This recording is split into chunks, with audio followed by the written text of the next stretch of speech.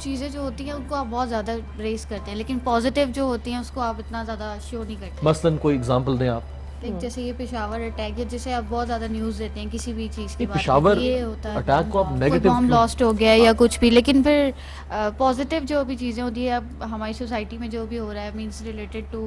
ابھی میں آپ کو بتاتی ہوں سوشل میڈیا پہ ایک باکسر ہمارے بلکہ ایک کون سا جگہ وہ تنساز باڈی بلڈر, ان کی شکوہ چل رہا تھا جی آئی بین ٹو مینی چینلز, مجھے کسی نے نہیں بلایا, اور میں نے کہا بھی اپنی ٹیم سے کہ آپ رابطہ کریں اور بلانے کی کوشش کریں, جنہوں نے کہ میامی میں ہونے والے پوری دنیا میں جو کمپٹیشن ہے اس میں سیکنڈ پوزیشن لی. سو اب اس طرح کی نیوز ہے اور نو نیوز ہیئر, میرا خیال یہ تو ایک ایگزامپل جو میرے ذہن میں ہے. ویسے اس کے لیے مارننگ شوز میں یہ بات ضرور ڈسکس ہو جاتی ہے کہیں نہ کہیں, اس طرح کے لائٹ خبروں کی ایشوز بات جو کر ہے رہی ہوں کہ فلاں سرحد پار امیتابھ بچن صاحب جو ہیں ان کے گھر یہ ہو گیا ہے.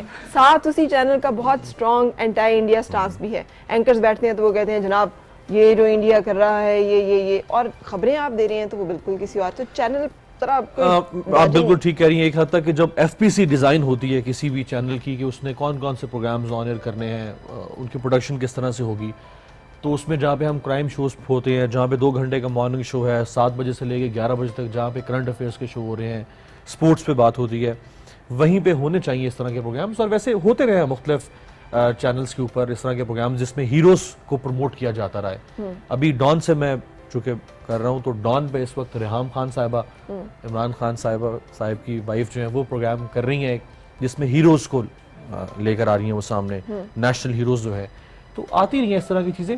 ہاں جس طرح سے نیوز یا کرنٹ افیئرس کا ایک ان انٹرپٹڈ سلسلہ ہے اس طرح سے شاید وہ انٹرپٹ ہو جاتا ہے جس کی آپ بات کرتی ہیں. کہہ رہی تھی کہ ایک ہماری سیکنڈ جنریشن, ہر جنریشن پازیٹیو کام بھی کر رہی ہے. یہ جو کہنا چاہتی تھی کہ نیگیٹو نیوز کو یہ حادثہ ہو گیا, کئی حادثے ہو رہے ہیں ہمارے یہاں, صرف پشاور کی نہیں, کئی اس کو بار بار اب صبح یا any time of the day اتنی وہ نرو شیٹرنگ چیز ہوتی ہے. ایک دفعہ کہہ دیا 1 گھنٹے بعد جب نیوز بریک ہوگی تب کر لیں گے, آدھے گھنٹے کے بعد نیوز بریک ہوگی. پہلی بات یہ. دوسری ایک آپ رکھیے جس میں آپ ان کی ترقیاں بتائیں, اسٹوڈنٹس پاس آ رہے ہیں, میری بات سے آپ کو پتا ہے کہ یہ جن چیزوں کی آپ بات کہہ رہی ہیں پازیٹیو میسیجز آپ بالکل درست کہہ رہی ہیں, مگر جو میڈیا کی مصیبت ہے وہ یہ کہ جو چیزیں اچھی ہیں ان کی ریٹنگ نہیں آتی, جو چیزیں اس طرح کی سلو ٹیمپو یہ انفارچونیٹلی کمرشل جرنلزم ہو چکا ہوا ہے اور ریٹنگ کی ایک ریٹ ریس چل رہی ہے, اور وہ بڑا جو چینل زیادہ بمبارڈڈ, زیادہ سنسنی, زیادہ ہیجان انگیز خبریں یا چیزیں دے رہا ہوتا ہے زیادہ دیکھا جا رہا ہوتا ہے. لیکن بات تو یہ ہو رہی ہے نا, ہم نے جنریشن کو آگے لے کے چلنا ہے. ترقی کا راستہ یہ ہے کہ دوسرے جو ترقی کری ہے ان کی بارے بات بتائیں تاکہ دوسرے کو حوصلہ افزائی ہو. ویسے یہ آپ کو کس نے کہا ہے کہ جنریشن کو آگے لے کے چلنا ہے؟ کس کے موٹو میں لکھا ہوا ہے کہ جنریشن کو آگے لے کے لکھا ہوا ہے؟ سب کے موٹو میں کیا ہے؟ سب سے آگے, سب سے پہلے, تیز ترین. لیکن ان کی جو بات اس کو میں اس طرح سے دیکھوں گا کہ پاکستان دنیا کے 200 ممالک میں سے ان انتہائی چند ممالک میں سے ایک ہے جہاں یوتھ کی پاپولیشن زیادہ ہے. یعنی اگر آپ کے پاس 100 لوگ رہتے ہیں آپ کے ملک میں تو اس میں سے 60 لوگ وہ ہیں جن کی عمریں 35 سال سے کم ہے.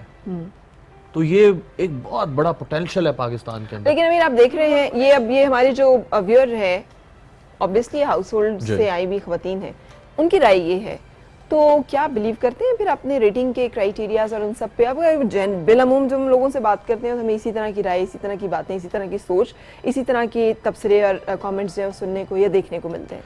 لیکن جب ہم ریٹنگ شیٹس دیکھتے ہیں تو وہ کچھ اور کہہ رہی ہوتی ہیں. ہماری حد تک ریٹنگ کو ہم سب کرٹیسائز کرتے ہیں, ہم جو لوگ سکرین پہ آتے ہیں, اور ہم خود اپنے چینلز کے اوپر, اپنے مالکان پہ, اپنے ایس او پیز پہ کرٹیسائز کرتے ہیں. یہ انیشیٹو لینا چاہیے ایک تو پیمرا کو, یہ انیشیٹو لینا چاہیے گورنمنٹ کو, ہماری پارلیمنٹ کو, اور کرب کرنے کے لیے نہیں, میڈیا کو پر دباؤ ڈالنے کے لیے نہیں, اس کے اوپر آپ ڈیبیٹ کریں, ایک تھاٹ پرووکنگ قسم کی ڈیبیٹ کریں, سولوشن نکالیں کہ ہم کس طرح سے نکالیں. ریگولیشن آف میڈیا کی جب بھی بات ہوتی ہے تو میڈیا پہ پابندی اور پھر آزادی رائے پر وہ کیا قدغن, اور پھر اس کے اوپر حملہ, اور قدغن میں اور کتھارسس میں تھوڑا فرق ہے. پارلیمنٹ ایک فورم ہے نا جس پہ قوم کے بڑے بڑے دماغ آ کے بیٹھتے ہیں. ویسے ایسا ہوتا تو نہیں ہے, پوری دنیا میں بڑے بڑے دماغ ہوتے ہیں, لیکن یہاں پہ اس طرح سے نہیں ہوتا. لیکن آفٹر آل لیجسلیشن مقننہ, قانون سازی تو وہیں سے ہوگی نا. اس کے بعد پھر مالکان,